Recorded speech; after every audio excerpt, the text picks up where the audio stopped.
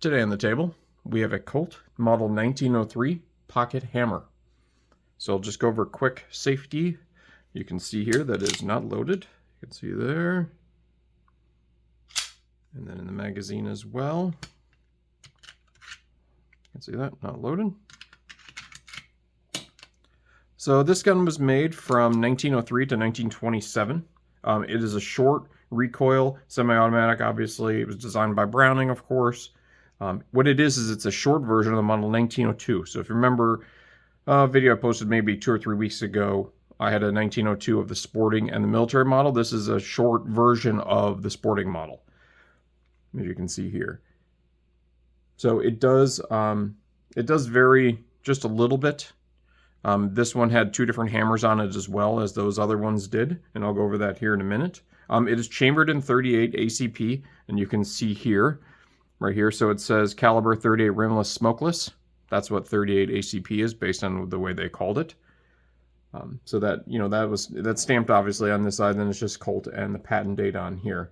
38 ACP, it's a slightly less powerful cartridge than, you know, your 9x19 Parabellum. And it's kind of considered the bare minimum for like a carry caliber. You know, at least while you're using a, you know, lock and breech like this. But it's, you know, this a lot of people think of this as like the before of a 1911. What actually happened is that, you know, so they made these, like I was saying, from 1903 to 1927. But then what happened is actually production fell off pretty fast because the model 1905 came out, and that was much more similar to the model 1911, and people bought a lot less of these because they were starting to buy the 1905s. And then obviously end World War II, or sorry, World War I. So they kind of goofed up with the serial numbers, the way they did the serial numbers. So what happened is again, they made these starting in 1903, but they started the serial number at 19,999, and then they actually counted backwards to 16,000 up until 1906. And then after that, serial numbers resumed at 20,000 and then went up to 47,227. And then this one is actually 38,741. So, and what happened too is they made a whole bunch of them from 1903 to 1917. And then obviously the war started in 1917, so they couldn't make as many. And again, there was too many other things going on with them making the 1911, people more favoring the 1905. So then they didn't make as many from 1917 until 1927. So for that last 10 years, they just didn't make as many because they were just losing popularity. So it'd probably be pretty tough to find an older serial number than, you know, anything older than 1917 as well.